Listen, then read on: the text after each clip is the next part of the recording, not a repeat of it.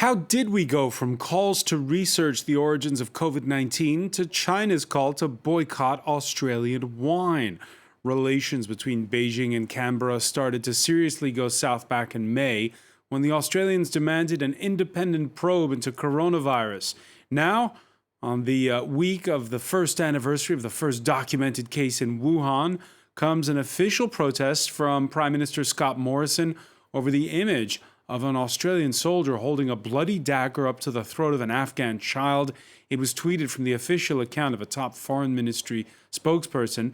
Was it fair game to allude to the uncovering of alleged abuses by special forces in Afghanistan? More broadly, what to make of this ratcheting up of what's being dubbed wolf warrior diplomacy by Beijing, and not just against Australia, with an independent team from the World Health Organization to this day still not allowed to go in on a fact-finding mission to China. Can Xi Jinping stake his claim as the emerging go-to global leader while still insisting on controlling all the information that circulates in and about his home country?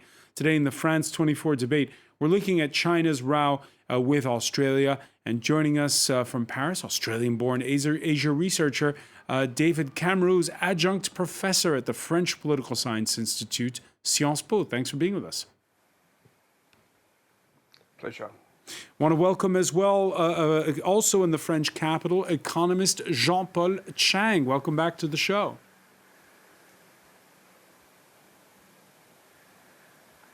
Hello.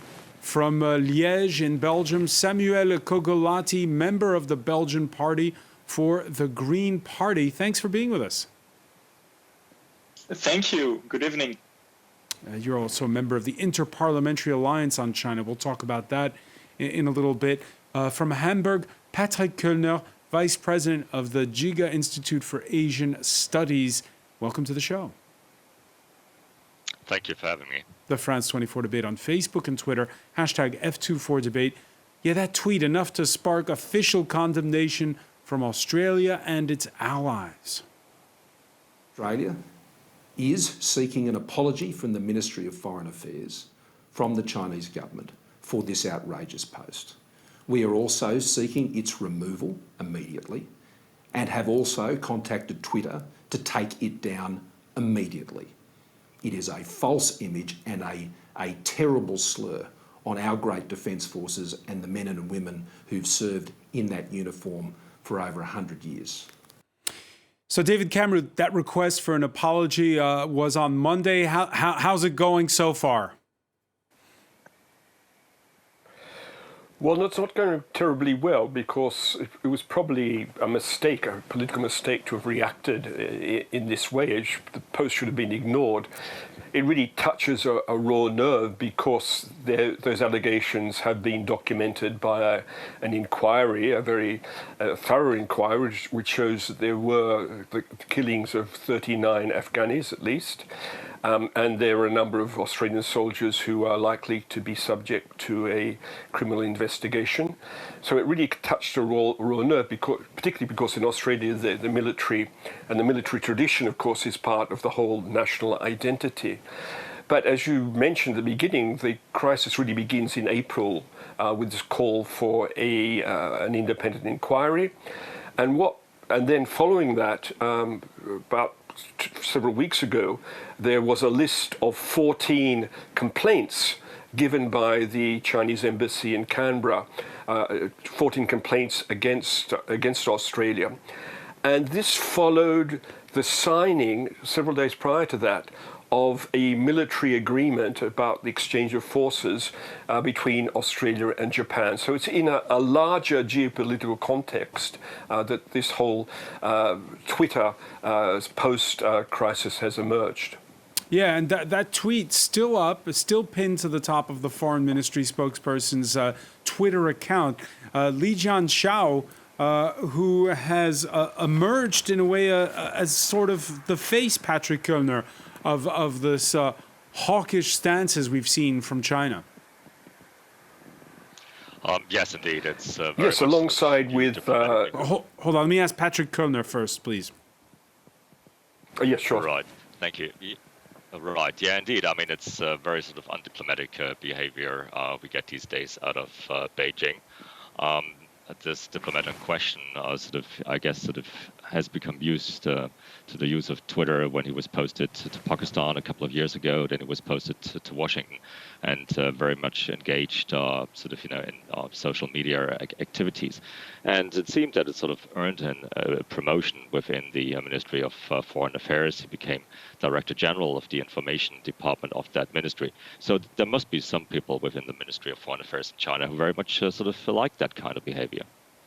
How do you explain it? I mean, we've had blowback from the likes of France and New Zealand saying this is not the way you behave as a diplomat.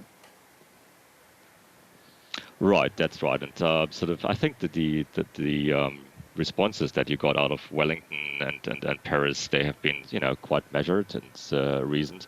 And very appropriate. But of course, China has not been the first to use Twitter to spread disinformation. I mean, you just have to look at the situation in Washington over the past few years, and you know what I mean.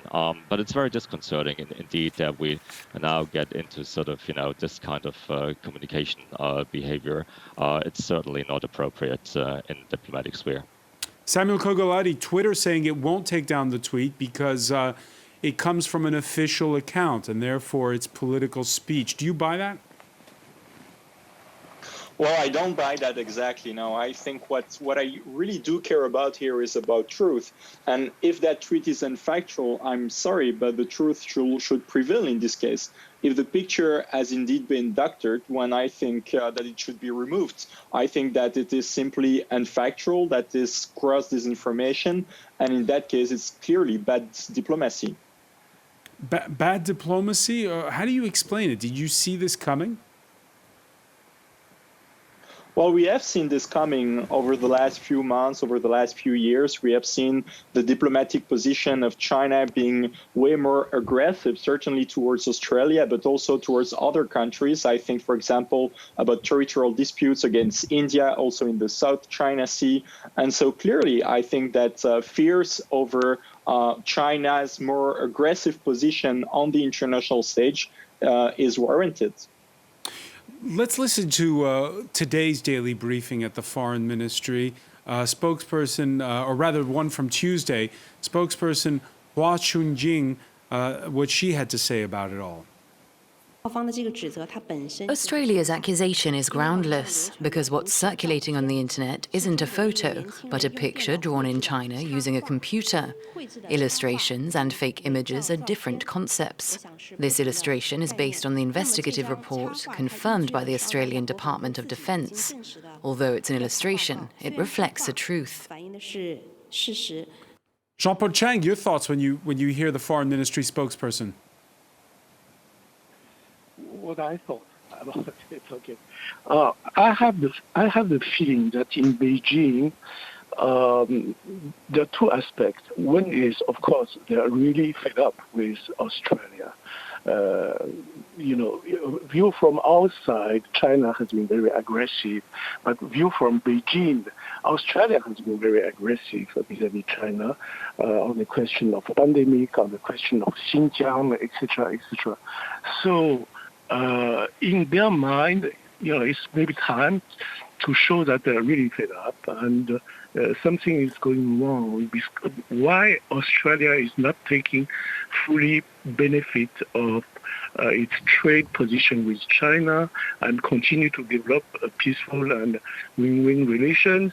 And instead of that, they are pushing very far, just following very closely the U.S. diplomacy. That's their point of view. The second aspect is we are right now in the timing. We are really at the moment of the team changing in Washington, and this kind of show by the Chinese diplomacy is a way maybe to show to some allies of the United States, meaning. Something like, don't go too far against us because it will be consequences on your trade with us and on your relation with us. Interesting what you say. I want David Cameron's reaction on this because, David, we've heard criticism of the government from former Prime Minister Kevin Rudd, who himself, you'll recall a few years back, impressed everyone in Beijing with his fluent Mandarin. And he said that the government's current approach is wrong, that you shouldn't employ megaphone diplomacy when it comes to China. Yes, I think there has been a bit of a public relations disaster here. I mean, Scott Morrison, the present Prime Minister, is a communications person. He comes from advertising, and he tends to speak in a very populist kind of language, whereas a more low-key diplomacy would have been more effective. I think, as my colleague suggested, Australia is being signalled out as to give a lesson. This is not the first time that China has made a country pay for displeasing it. It was the case with Norway over the award of a Nobel Peace Prize to a dissident author. It's also the case of South Korea for accepting anti-missile defenses from the United States. And so it's a way of getting the message across that, in the context of the creation of something called the Quad, the Quadrilateral Security Dialogue, that is India, Australia, Japan, and the United States, there is a sense in Beijing that this is indeed an alliance directed against them. The fact that Scott Morrison went to Japan a short time ago and confirmed that this alliance may be, although he didn't say it was directed against China, but that is the adversaries in the background, has confirmed Beijing in its suspicions. So, to do that, to be seen as the voice of Donald Trump, to be seen as not having perhaps an independent and respectful policy towards China has led to this kind of reaction. And how much leverage does Australia have? Not a great deal, but for products that can be replaced, like wine, in which the Chinese have imposed a 200% tax, they can go before the World Trade Organization, of which China is also a member, and try and have those taxes removed. On other products that other commodities rather, that China needs, that trade will continue. I mean, after previous attempts of this kind, we've seen a rebounding of trade in the things that China needs. But of course, if they can find alternative suppliers, then they will make Australia pay. All right, cover your ears, David, because I'm going to ask a question now to Samuel Kogolati here. Again, as I said at the outset, you're a member of the Inter-Parliamentary Alliance on China. Will you really be drinking Australian wine at Christmas in solidarity? That's a good question. And I think I won't be drinking Australian wine for Christmas. To be clear, I have roots in Italy, so I may be drinking wine from Italy. But to be more serious, now, clearly a country like Australia or a country like mine, Belgium, clearly let us not be naive. Such a small country will not outgun China. And so I think that we are more powerful, of course, with such an alliance from legislators from many democratic countries, from all political parties, from the Greens, the Socialists, but also from more conservative parties in the UK and Canada, or the US, or even indeed Australia. And I think that together, as legislators, as representatives of the people from democratic countries, we may raise the tone on the international stage and have a more clear language when it comes to human rights violations, not only outside China, but most importantly within China, when it comes to grave human rights violations against, for example, the Muslim minority in the Xinjiang province. And let me bring in Jean-Paul Chang on this. How is that received when you hear what Samuel Kogolati is talking about? Human rights, how is it received in Beijing? I believe that, the human rights subject will be pushed ahead again, probably with the new U.S. administration. So it's not surprising that all the Western democracy will be focused on this subject again. But right now, in this communication battle between diplomats, the problem is there is a proverb who says that when the finger points on the moon, fools are looking at the finger. The problem is not the relation between the human right in China and how the Western is offered. The Chinese choose the opportunity of some human rights violation in Afghanistan by Australian troops, So that's a basic fact. So I believe it's a very, very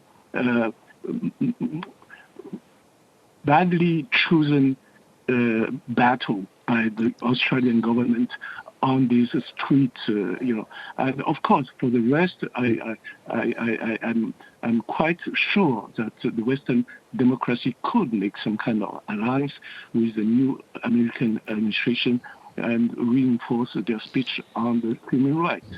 Yeah, let's show the front page of The Guardian Australia this Wednesday. It published a photo of an Australian Special Forces soldier at an unauthorized bar in Afghanistan drinking beer from a dead Taliban's prosthetic leg. It comes on the heels of a report focusing on the military's warrior culture back in 2009 that's been in the news, as David Cameron was saying earlier. Patrick Koellner, just how much is Australia on the back foot, or can it count for more and more support in a time of pandemic when there is blowback against China? Right, but I think this goes all way back. I mean, this is not about sort of the context of COVID-19 or sort of things that were said this May. I mean, actually, sort of things started a couple of years ago when Australia was sort of the first country basically to reset or to recalibrate its policy towards China. I mean, there were a couple of sort of reasons for that. Sort of internationally, of course, the Australians were very much concerned about Chinese assertive behavior in the South China Sea. Also sort of concerns about China's increased presence in the South Pacific. And internally sort of very much concerned about sort of Chinese investments in critical infrastructure, also concerns about supposedly Chinese meddling in Australian domestic politics, and the public sphere more generally. So Australia took a quite sort of strong stance very, very early on. It has done so in a very consistent way. It's a very sort of robust and confrontational stance. Remember, Australia was the first country also to bar Huawei and other Chinese companies from rolling out 5G technology in Australia. What I find slightly problematic, though, is that sort of the atmosphere in Australia when it comes to discussing China. It's very difficult now these days to have a sort of reasoned debate about China. Certainly to see it in a very sober light. But what you get in Australia, especially with sort of the Murdoch press there, it's sort of very much portrayal of Manichaean terms. Manichaean terms. I'm going to interrupt you very briefly, Patrick Koellner. We have to take a quick break. We'll be right back. Stay with us. You're watching the France 24 debate.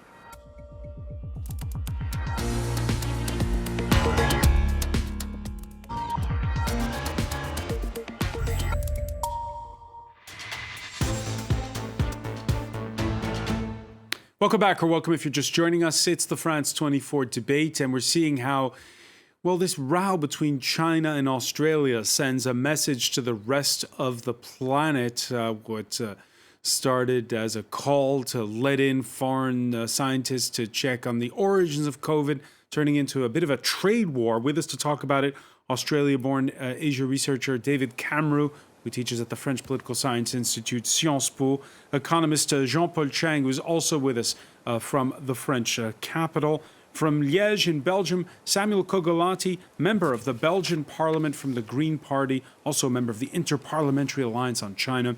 And from Hamburg, Patrick Koellner, vice president of the Giga Institute for Asian Studies. Patrick Koellner, we heard in part one Jean-Paul Chang say that this sort of furor and impassioned tone that you're seeing in Australia, it's also in a funny context because it's not just COVID, but the interregnum, if you will, in the United States between the Trump administration and the Biden administration. Is this going to continue? I very much expect so, and in many ways, sort of Australia is an easy target, and we're just speaking about sort of the tone of media discourse also in Australia about China, sort of very Manichaean terms, sort of all black and white, basically.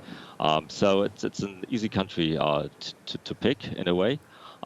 Especially because sort of the main confrontation is, of course, between sort of China and the U.S. But sort of because sort of many Australian politicians try to be sort of very sort of hairy-chested when it comes to China. So you can easily provoke them, and that's just what sort of the Chinese diplomat in question is doing here. So Australia as an easy target in some way, but also sort of as a sort of useful target to pick. All right, and there are questions. There is blowback from other parts when it comes to China's handling of COVID. On Tuesday, for the first anniversary of the first declared COVID case, it was in Wuhan. CNN publishing an article based on the data leaked by a Chinese whistleblower, which points to an underreporting of confirmed cases of coronavirus during the early stages of the pandemic in Hubei province.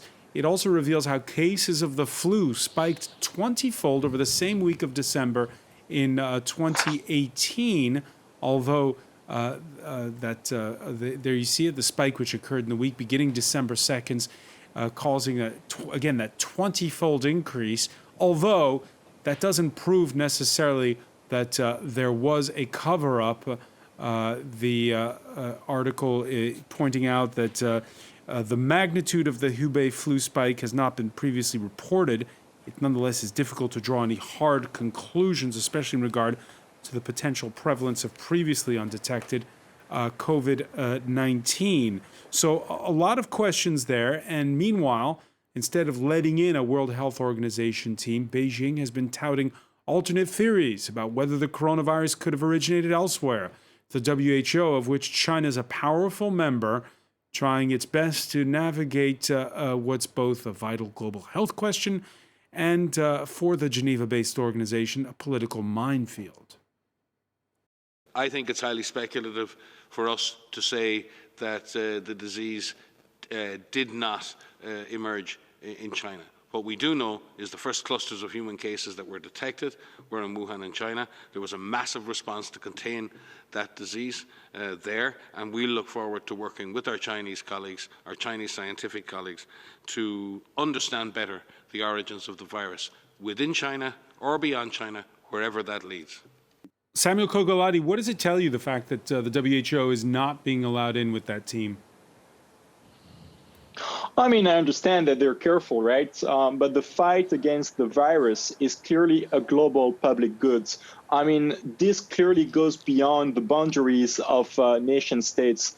And clearly what the Wuhan files show, those that were revealed by CNN, show some kind of, downplaying of the severity of the coronavirus. So again, I think that a clear independent investigation is clearly warranted. And just in passing, that is what we requested a few weeks ago in a resolution voting by a great majority in the parliament at the federal level in Belgium. David Cameron, is China capable of opening up? Like, how did it do in 2003 when there was SARS? I think it's really outside my area of competence. I think there is the possibility that they could open up. They're capable of opening up, but there's clearly what would appear a little bit of a cover-up, at least from local officials, about the pandemic at the beginning. There's also, I think, an increasing, a little bit of a paranoia in Beijing. Beijing has had a success in the last few weeks in having the regional cooperative economic partnership signed with the ASEAN countries, plus Australia and New Zealand and others. So they had this success, but they also see that a coalition is in the process of being built up against China as they perceive it. In the last few weeks, a number of think tanks in Europe have published papers, the German Marshall Fund, the European Council of Foreign Relations, a British conservative think tank, talking about the need for an alliance or at least a transatlantic approach, a joint transatlantic approach to deal with China. So they see that with the Biden administration, there's a little bit of writing on the wall that they're going to be faced with a more competitive environment. And therefore, they're, in this context, unwilling to show that way back around, well, what seems way back with COVID, that they misled their partners in the world. Because we've gone through several phases, Jean-Paul Chang, in this. We had a first phase when there was denial, then there was pushback after there was outrage in Wuhan, and then there was more openness, and it seems to go in waves. People seem to be afraid of the central authority in Beijing when it comes to being transparent.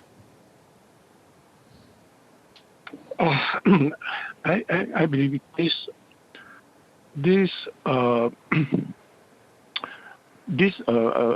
don't believe that this is the reality. The reality is actually the Chinese government is still very confident and in their. I'm very proud of what they did to contain the COVID. But as the person who speak just before me, they are a little bit paranoid. And against what? Because of the experience of the phase 1 and the phase 2, they've been traumatized by the politicization of this pandemic from the beginning, and so it's and they can see that it's not over, and the politicization of this pandemic is not only against China, but you can see it in every country experiencing the COVID, and that's a very specific moment of the political life in the world, and I understand the government of Beijing. It's not they are just be very careful about the politicization and the consequences, because everything becoming not scientific but ideological, and it means a kind of a Cold War, So, and I understand that they are more fearful of this than the transparency itself. Samuel Kogolati, do you agree? Well, I don't really agree. I think it's not just about, an ideological battle between two camps, black and white. Clearly what we see, for example, in the IPAC, the alliance I am part of, is a big alliance of representatives from democratic countries from a very broad political spectrum. What we care about is about upholding international law norms, which should be applied universally, no matter the country at stake, no matter if it's a big power like China, it doesn't matter if it's Belgium or Australia. And I think that's really the crux of the matter. At the end of the day, what we should really care about is about upholding the same norms for the same rules-based international order. That is really what I am fighting for. And this pandemic has put China's place in the global world to the test, Patrick Kullner, because as was said earlier, it is a pandemic where the whole world has to band together, and there's this sort of mixed feeling, right, when it comes to China. On the one hand, people are in awe of the fact that they're able to contain the virus like they did in the spring, and on the other hand, they think they're withholding information. Yeah, indeed, it's a very ambivalent picture. I mean, obviously, China is an autocracy. It has become more authoritarian and also more assertive in its behavior under Xi Jinping. And what you saw in Wuhan in the early days were certainly sort of attempts to cover up because of the particular nature of that system. On the other hand, sort of China afterwards sort of dealt in a very sort of, effectively with very draconic measures with COVID-19. What I find a bit problematic, though, is that these days when we talk about China, we see paranoia not just in spreading in China, but also spreading sort of closer to us. Sort of these days, either you're branded as a sort of China hawk or you're branded as a panda hugger. And there's little in between. And sort of I think what gets lost is sort of a reasoned debate. Personally, I believe that the sort of, the approach that the European Union has taken, sort of, to have a sort of rather sober perspective on China is the right one. Because in many ways, of course, China is an economic rival, no doubt about it. It's also a sort of systemic rival. Their political system is very different from ours. Their economic system is very different from ours. But China is also a global partner. There are so many global challenges that we can only sort of, face together, including China. David Cameron, you agree, particularly as we've seen European nations, not just the US, start to roll back the use of Chinese technology in 5G, for example?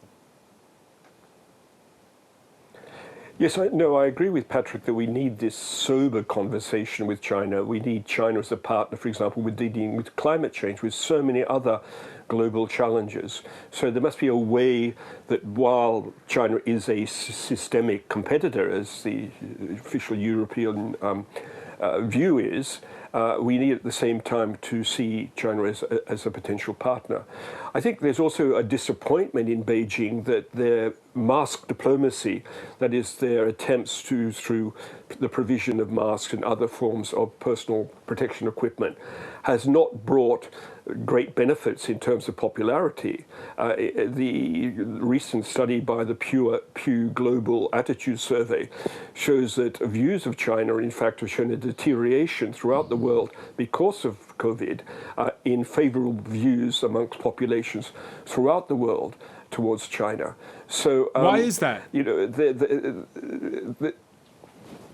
Well, there is a sense underlying this that, the responsibility somehow still lies in China. Even if we reject the use of the term the China virus, there is a sense amongst many people that the virus did perhaps originate there.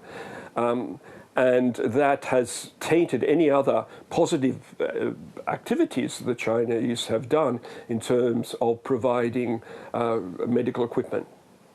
All right, and inside of China, well, on the first anniversary of the first confirmed case, as China was touting its claim that it's already inoculated 1 million citizens with its own vaccines which are yet to receive final approval here in the West, we heard some residents of Wuhan who were philosophical about it all. Wuhan didn't act badly, but not great either. Later it got better. Compared to the United States, we have done a good job of taking control. So, interesting, Jean-Paul Chang. Critical of the way authorities handled it, but nonetheless showing a bit of national pride there. Yeah, that's the case. I mean, daily communication with all my childhood friends, my classmates, they are now all 60, 70 years. They spent all their life in the Maoist and the Cultural Revolution through all these crises. They somehow have an easy life right now because the COVID has been contained. They have a normal life again, and the economy is not doing so badly, and the recovery is there. So of course they are just proud. They are not obsessed by the criticism of other people. They are just happy that the life is back to normal. And something I really noticed that it's bigger and bigger the difference between the idea of the Western skepticism, aggressivity vis-à-vis the Chinese reality. And whatever the Chinese diplomat could say, whatever the government could say, it would be subjected to the harshest criticism anyway. So when I say it's ideological, it's an era dominated by ideology. I'm not exaggerating. I mean, you just read the unanimity of the mass media in Western world about China, and they've been demonized. I mean, it's 4 years of policy by Mr. Trump and by Mr. Pompeo that freed a lot of minds in Europe as well. They are all against Trump except about China, So something is wrong, in our approach, because it's kind of more and more distanciation between the two worlds, Samuel Kogolati, we've heard that from a lot of people, that, in fact, we heard it from Joe Biden himself in an interview with the New York Times this Wednesday, saying for the time being, he's not going to roll back sanctions against China. Do you agree that Trump used this term China virus and it's stuck and everyone's adhering to it? Well, probably Trump abused that language. And let me be very clear. I think we can be very critical towards many governments in the world in their way they were handling the coronavirus crisis. As a member of parliament, I was myself very critical of the past government in Belgium in treating the crisis. The thing is, we request, and I request, the same level of transparency from all governments, even if it comes to a big power like China. And, I think we have been treating, also in Europe, we have been treating China too much as a global trade and economic partner, and not so much as a country of, real people, of real human beings. Sometimes in some regions, being really badly treated with really grave human rights violations. And I think that in those cases, in Xinjiang, in Tibet, when it comes to, the battle against democracy in Hong Kong, I think it is totally warranted to talk about sanctions. And in that case, I think that the EU should be able and should dare to open that debate as well on the political stage. Patrick Kellner, it was very difficult in the past for countries like France. I know Germany was a little bit more outspoken when it came to Tibet, for instance, than France was. But those kinds of human rights questions about Tibet, about Xinjiang, now perhaps about Inner Mongolia, do you see the European Union growing more vocal? I believe that we are going to see that more often in the future. And I think that's pretty healthy in itself. For a long time, there prevailed a view in the West that sort of, very much sort of using a monocular approach to China. So just seeing it through one's lens, seeing China as a sort of big marketplace and little else. And I think what has developed in the last couple of years is indeed a sort of, more sober assessment. And certainly it must be possible also to talk openly about issues that China sees as core interests, and these concern indeed, the very topics you have just mentioned. So I would very much hope and expect actually that we will sort of see also more cooperation there between Germany and France when it comes to these issues, when it comes to speaking up about controversial topics. All right, and China these past months, at times projecting strengths on other issues, not just when it comes to this. Like Tuesday, became only the third nation after the U.S. and the former Soviet Union to send a craft to the moon with the intention of bringing soil samples back to Earth, but also throwing its weight around. Both China and Taiwan confirming an October 8th brawl in Fiji when Taipei hosted a National Day reception with one Taiwanese staffer winding up in a hospital. There are conflicting claims about what happened. But again, we heard this term at the time, David Cameron, about wolf warrior diplomacy. Is there a different way and I think back to what you were saying about that Pew survey about how China's perceived.